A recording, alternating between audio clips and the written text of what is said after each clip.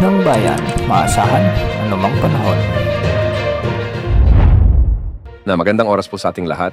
Narito ang latest update sa lagay ng ating panahon at sa mga bagyo na minomonitor natin sa loob at labas ng ating Area of Responsibility ngayong araw ng Martes, Nobyembre 2, 2024. Lumakas pa si Bagyong Ophel habang kumikilos ito ng hilagang kanluran sa dagat ng Pilipinas. Huling namataan ang sentro ni Ophel sa layong 750 kilometro silangan ng southeastern Luzon.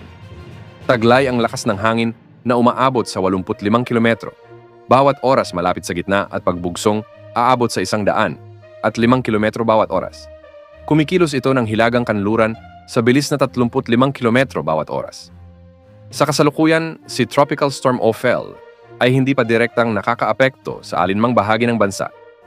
Base sa latest forecast track nito, si Bagyong Ophel ay tinatayang kikilos ng pakanluran hilagang kanluran hanggang sa araw ng Huwebes ng gabi bago lumiko sa hilagang kanluran.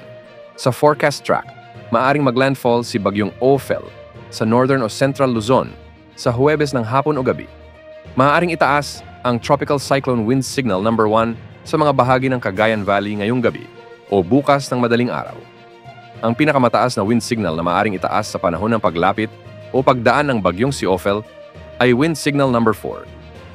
Ang tropical cyclone na ito ay inaasahang lalakas sa susunod na 3 araw at aabot sa typhoon category sa araw ng Miyerkules. Maaari rin itong tumama sa lupa sa habang naaabot nito ang peak intensity nito.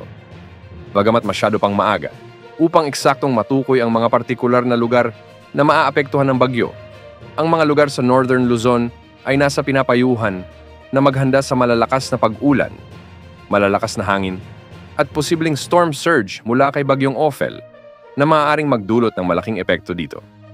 Bukod dito, ang silangang bahagi ng central at southern Luzon ay maaari ding maapektuhan, lalo na kung ang bagyo ay mas lumaki o lumawak pa o kikilos sa mas timog na direksyon. Posible rin itong makaapekto sa Southern Luzon at Metro Manila kung sakaling mas lumawak pa ang kanyang diameter. Ang bagyong ito ay dapat paghandaan muli ng mga taga-Northern Luzon.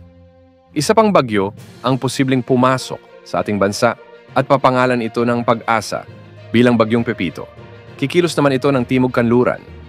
Papangalanan naman ito bilang Bagyong Pepito at posibleng lumapit sa kalupaan ng bansa, lalo na sa Bicol Region sa mga susunod na araw. Yan ang update sa lagay ng panahon. Ito po ang weather update ng bayan, maaasahan anumang panahon.